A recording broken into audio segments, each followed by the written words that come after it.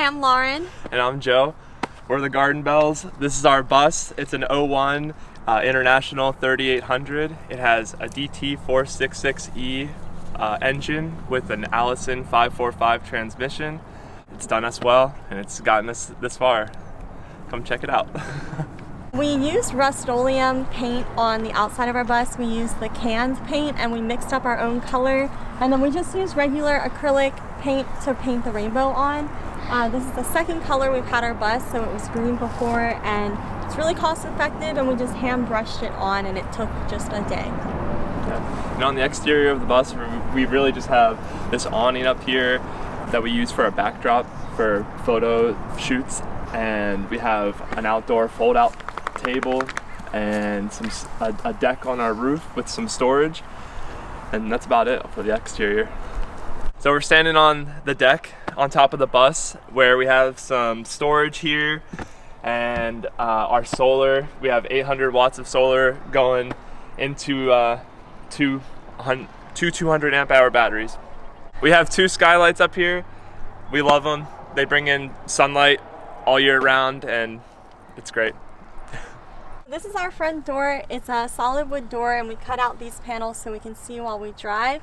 This is actually the second version of this door we've had because the first time it swelled up from the rain, and it's definitely not as great as a metal door because it's soft and it can kind of bust up here when it swings open, but you know, we like it for the look of it, and it does work and it's safe. And then we have this keypad which locks the door, and so that way the dogs can't open it from the inside. Let's go check out the inside.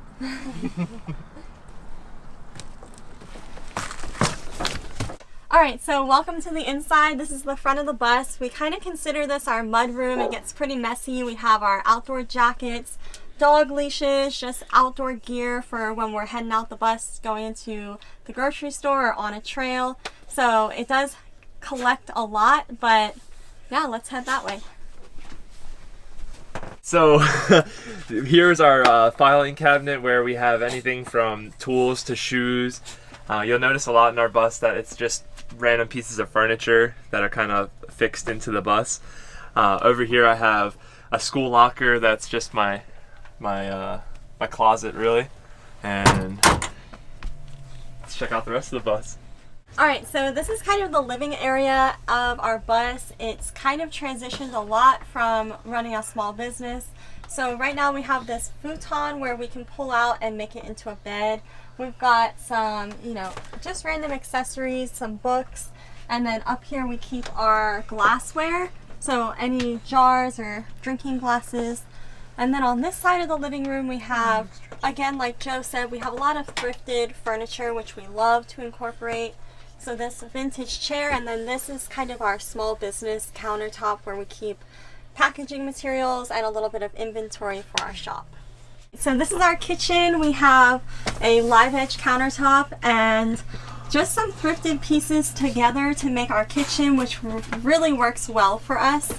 And then on this side we have our pantry, which is really big, and we're able to store like a lot of dog food and dry goods. And then we have our linens, so we keep our towels and linens in here, and our trash can. And then we do have a small fridge under this countertop, which is one fridge of two that we have. So back here we have our fridge where usually it's like a stepping stool for the dogs to get up on the bed. But it's an Iceco, I don't know, I think it's like 75-liter freezer. And this is our bed. And Lauren's closet here.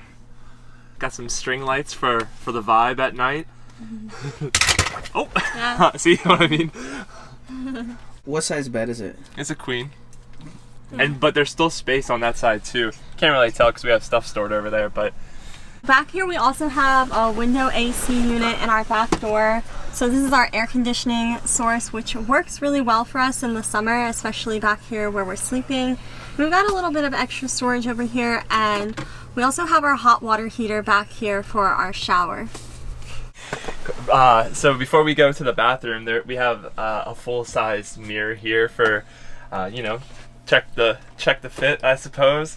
And here we have our bathroom. We used some tiles from Home Depot or Lowe's. used exposed plumbing.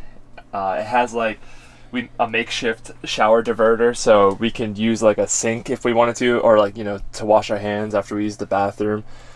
We have a special water head for our shower that reduces how much water comes out at a time. I think it goes down to half a gallon per minute. On the windows, we have some fake stained glass film for a little privacy. And for our toilet, I mean, it's probably a $20 system where it's the toilet seat, urine diverter, bucket, composting material.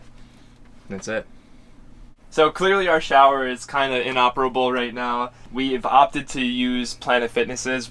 We definitely used the shower while we were stationary on a farm for about a year while we were working 9 to 5s, and it was a little bit more practical. But on the road, we love to use a Planet Fitness, and for now it's just kind of our storage. And if we really needed a shower in a pinch, it's always here. So, and you know, I mean, we have the space regardless. So when we were building out the bathroom, we considered using like a nature head toilet or a self-composting toilet that's prefabricated by a manufacturer. And you know, they can range from like $500 to $1,000 and up, but really at the end of the day, you still empty it the same way that you would with this bucket and composting material. It still goes in a bag. You still dispose of it at a facility, the appropriate facility. And yeah, so I mean, really, this $50 to $20 setup is the exact same for us as a $1,000 toilet. So right here we just have like a dog bed, but really it can be a human lounge area too. It's really cozy. And then we have our side door, which we absolutely love. It's so nice to open it up and get some fresh air. And yeah. So how long have you guys been doing bus life now? Yeah, we've been doing bus life for about 3 years. We started off on a farm for about a year, and then we've been like on and off full-time travel for the other 2 years. So when we first hit the road to travel, we weren't sure how we were going to make money. We just kind of wung it. It is a low-cost lifestyle if you want to make it that. So we started off by thrifting clothing and listing it for sale, and that really kind of grew into Gardenbelle Shop, which is an ethical clothing shop now where we hold inventory up on our roof in those storage boxes. And yeah, it's been able to support us on the road, and we're able to save up and hopefully buy some land here soon. And you can get to the shop in the description below. We have 5 dogs, which is a lot. They range all sizes. It really is doable on the road. Joe and I both had dogs before, and we're used to kind of living in small, tiny spaces. It really is a wonderful life for the dogs. We feel we're able to go and really let them free and roam. Sure, it can get stressful on rainy days and muddy paws, but it definitely makes it worth it for us. We love our dogs, and it's a great space for them. Yeah, and the biggest question everyone asks is where they sleep. So usually like the smaller ones will sleep up in the bed with us, and then the other ones have their choice of this here or this dog bed over here. My number one piece of advice for someone who's considering getting into this or just starting or you just got your bus is don't worry about it being complete before you start living in it or exactly how you want it to be. Our bus has changed form hundreds of times. We're always taking a piece out, putting a new piece in, because the fact of the matter is you're always evolving, you're always changing. We're having a baby here soon, so we've kind of been taking out stuff and putting in different prioritized pieces of furniture. It took us about a year really of living in the bus to feel like we even had it complete anyways. So don't worry about it being done or the perfect, just go live in it and be happy. Exactly. And just another piece that we would like to share, I guess, is that, you know, our bus isn't the cleanest or it's not the most technically advanced rig out there, but it's practical for us, and as long as we can just continue to be living out of it full time, that's really our only goal for the bus build. It's easy to get caught up in the builds that you see and how beautiful and perfect they are, but just know that what feels best is just having a space that is your own, and no matter how you got there, if you spent $1,000 or 30, it doesn't matter. It's just about living the life the way you want to live it. Yeah.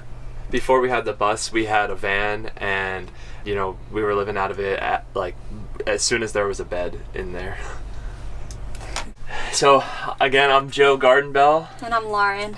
And we have a 2001 International 3800 with a DT466E engine that hasn't done us wrong yet. We've gone, 50,000 miles in the last 2 years. Yeah, more than 50,000 miles in the last 2 years. And we haven't had very many major mechanical issues, nothing with the engine at least.